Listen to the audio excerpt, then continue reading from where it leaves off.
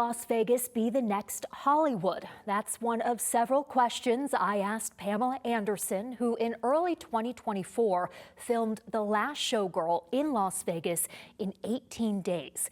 In theaters now, The Last Showgirl is based on the closing of Jubilee at Bally's in 2016.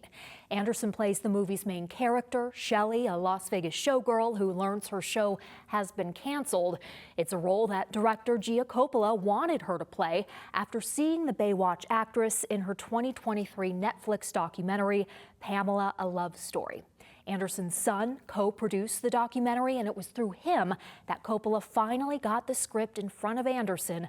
I recently spoke with the actress at a screening of The Last Showgirl at the Beverly Theater in downtown Las Vegas.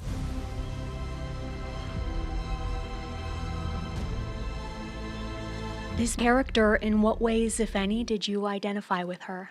Oh my goodness, with so much of it. I mean, there's definitely parallels, but that was just the jumping off point. I wanted to transform and create a character. And, it was a wonderful story and great director. I mean, it's all about the director and the actor and how we can collaborate. And so it was really fun to, create Shelley with Gia.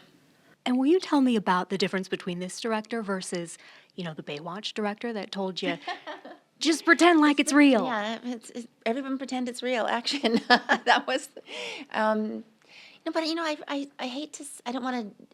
I loved Baywatch, and I took it very seriously. People don't want to understand that, but I did. I've always been interested in the craft of acting. I just didn't know where to start or where to go. And I remember taking classes, and then I've been taking private lessons since I was on Broadway, and then doing this movie. And I just did Naked Gun and another film with Kareem Anouz, this incredible film, Rosebush Pruning, and every little bit has taught me something. I mean, even Barbed Wire taught me something. It's just so many pieces of the puzzle you have to put together for yourself. And I know I took a real unorthodox route and a long, kind of windy road to get here, and everybody does it different. But no regrets. What were your preparations like for this film? Boy, well, I have a great acting teacher, Ivana Chubbuck, and we worked for months on this movie. And like I said, I prepared for this like I would a play. I knew all the words, obviously, inside out and backwards, before I even got to Las Vegas. You have an act prepared? I do. I'm a dancer. Music? Yeah. I gave it to the maestro.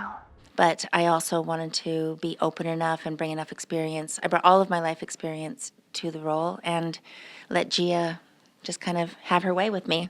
I mean, she was the one who, I knew when she said she had it, and we didn't have many takes. We shot on film, we shot in 18 days. So the stakes were high, which is, I think that's my favorite kind of life. From what I've read, you had tea with former showgirls here in Las Vegas. What was that like? What did they tell you? Oh, well, yes, I met with a lot of Jubilee dancers, and I had them over for tea at my house. I stayed at my ex-husband's house. I actually You're in Las found the Vegas. house, so I just called him and said I'm staying at the house when I'm shooting the film. And so I had them come over, and I made tea for everybody, and we talked about different stories and some do's and don'ts, and some things that was really important to them, that their showgirls are not burlesque performers, for instance. And I just took a lot of their so much pride and still how they held themselves in their everyday life, just like dancers.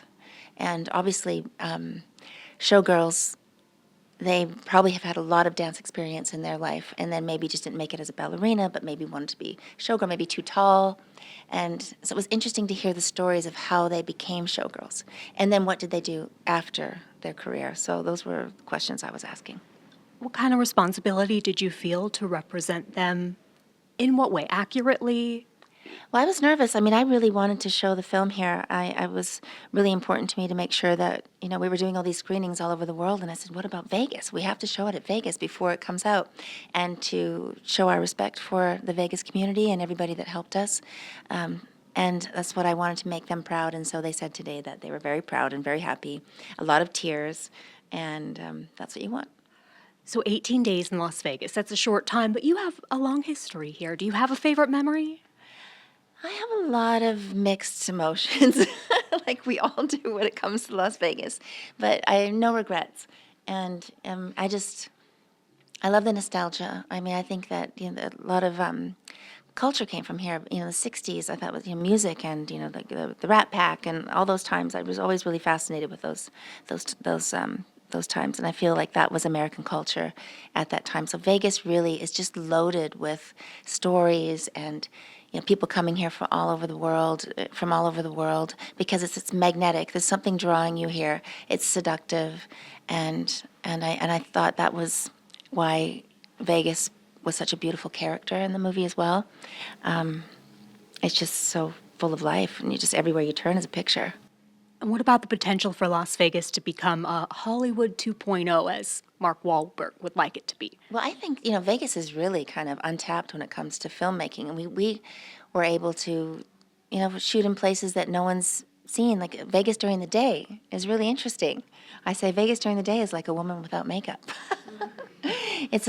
It's approachable, it's vulnerable, but it's also real. It's just something very interesting about it, and so that was exciting to be able to share that in this film as well. And I mean, just the deserts. I love road trips, and I drove from Vancouver to Las Vegas, so from the north, and it's like showing up on the moon. I mean, the landscapes are so beautiful. Drove here? Well, I didn't drive myself. I was in the passenger seat, but we did a road trip. You don't want me driving, but it was just gorgeous. When was this? To get here to shoot the film from Vancouver, because I thought you took a plane. Well, no, not today. Okay. Not today. Okay. No, when I shot the film. Sorry, I'm all over the place. But I just, and to go home every night to those really beautiful fiery sunsets. I mean, there's really beautiful. The landscapes here are just gorgeous. And then when you look at this film and you take yourself back to when you made the documentary a couple years ago, I think a lot of Americans got to know you then, and I at least wonder, are you proud of yourself? I just feel like I've just scratched the surface. I feel like I'm just starting. I feel like my career is just starting right now, that I had to I had to learn a lot about myself, you know, in order to be able to play a role like this. So I'm really excited about doing more, and I never thought it would happen, which makes it even more sweet. It makes it more sweet, you know, when it's unexpected. So it's exciting that everyone's really resonating with the film, that I'm being, you know, recognized for something. I don't know. It just feels, it's surreal. It's surreal. But it's also very, very exciting. So, and also very scary. But I like that. What's scary about it, and what did you learn about yourself? My gosh. Well, I mean, scary things are always interesting to explore. I mean, I think a lot of it just comes from insecurity, but I always knew that I was capable of more than I was doing, but I didn't know how I would get the opportunity to share that. And so that's what was wonderful about Gia, to have the vision, to be able to see the documentary and be able to, you know, weed through the nonsense and see a person aching to express herself as an artist. I didn't think it was going to happen, and it did. So it's never too late. And she tracked you down. And she tracked me down through my son. I mean, everyone gets to me through my son. Brandon is the gatekeeper. And his role in your future? Oh, Brandon he's a wonderful producer. He's a great actor, and you know, Dylan's a great musician. They have a lot of businesses. We do a lot of things together.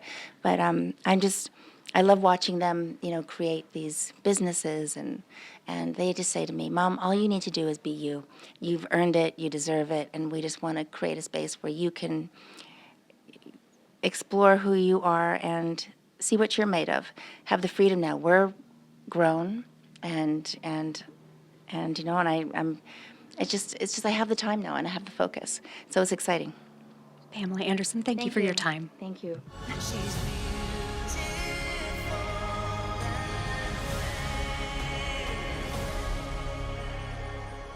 Anderson's portrayal of Shelley earned her a Golden Globe nomination